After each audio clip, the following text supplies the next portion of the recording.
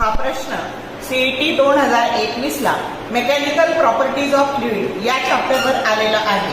The force required to take away a flat circular plate of radius 2 cm from the surface of the water is pi, that is equal to 22/7, and surface tension of water, that is equal to 70 into 10⁻³ Newton per meter.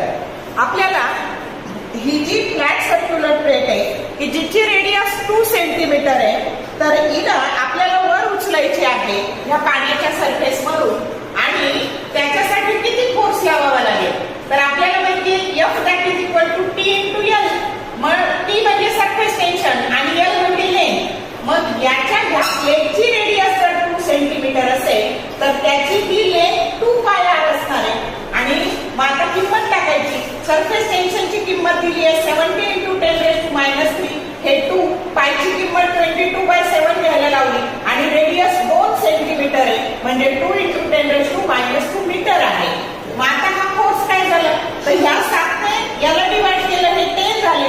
10 into 10⁻³ म्हणजे 10⁻². हे -2 आणि हे -2 काय झाले मग -4 झाले. आणि 2 into 22 44. 44 into 2 88. 88 into 10⁻⁻4. हेच आपण कसे लिहू शकतो 8.8 into 10⁻³ न्यूटन, की जो करेक्ट ऑप्शन बी आहे. कळलं का? मग इतका न्यूटन फोर्स आपल्याला ही प्लेट पाण्याच्या वरती उचलायला लावावा लागेल. समजलं? तर जर शॉर्ट व्हिडिओ आवडले लाईक करा, शेअर करा, कमेंट करा. For more useful tips and tricks keep watching things of physics. Thank you very much.